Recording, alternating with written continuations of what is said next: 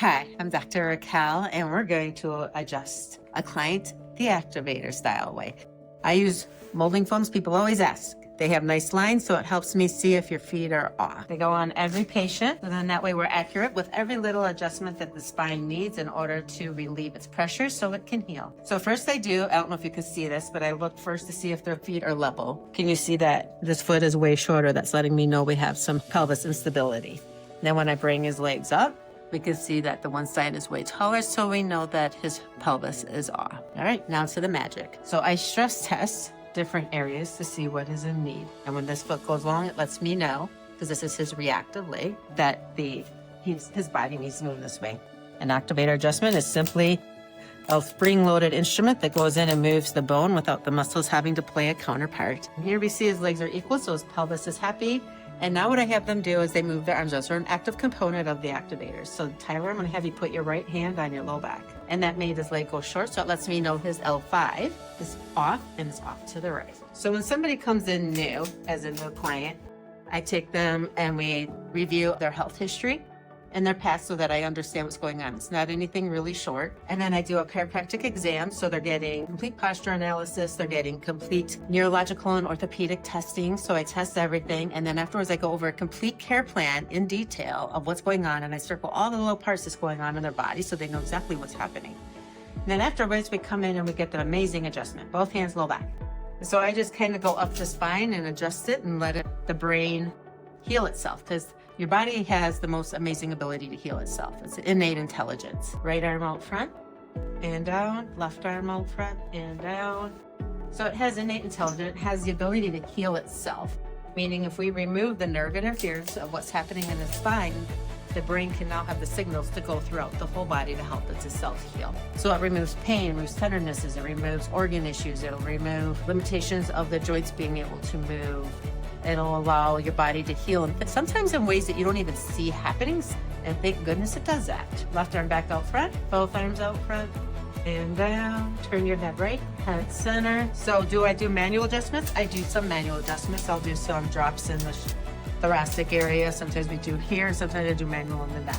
We always start with just activator adjustments so that we can keep it nice and easy and simple on the body. So turn your head right, shrug the right shoulder to the ceiling, shrug both shoulders to your head, relax your shoulders, head center, tip your head up and down. So I know a lot of people get very, very scared of a cervical adjustment. They're always afraid, they don't want that manual adjustment on their neck. So this is how easy it is to do a neck adjustment. No fear to be made on that. Tip your head up and down, and that was your C5. When your C5 is off, it controls your thyroid. So people have noticed that they're struggling to have energy, they wake up feeling tired. And when we adjust the C5, it allows the thyroid, which is your metabolic rate system. And so when we put that back together, your body starts to have energy. So the patients will notice that after they get adjusted there, that they sleep better that night and several nights afterwards, and they start to have more energy. Tuck your chin to your chest, back to center. Push your head into the headrest and relax. So other things that can be going on is we can have a C1, C2, which is your upper cervical, or we can have an occiput. For Tyler here, his C1 is fine, but we have an occiput adjustment. It's the bone at the base of your skull, and it will control how your neck is functioning. So we want to release that pressure.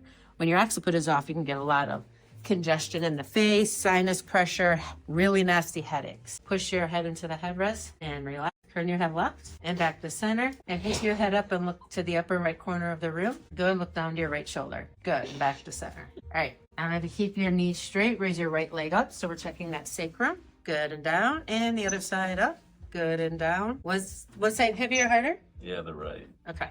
So when the sacrum has twisted in there, when we go to raise the leg, it makes it harder to move, and also people will notice they have lower back pain and hip pain. So when we go to adjust it, and this is like everybody's favorite thing, is we adjust that sacrum and a little bit into the ilium. All right, raise your leg again.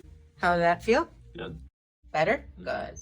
So people can usually see that and feel that right away. And then I like to get into some of the muscles. That's the nice thing with the activator is I can also use it to help me activate the muscles to get them to fire and work better for you. So raise that leg again. And sometimes that makes it even better. Some people also have knee, shoulders, hips injuries. He has some knee injuries. So what we're going to do is I'm going to show you what an extremity adjustment also looks like. So I basically stress test, and I'm looking to see, and that made this leg go long, which means that his knee is kind of sheared. So we're going to adjust it because that helped it.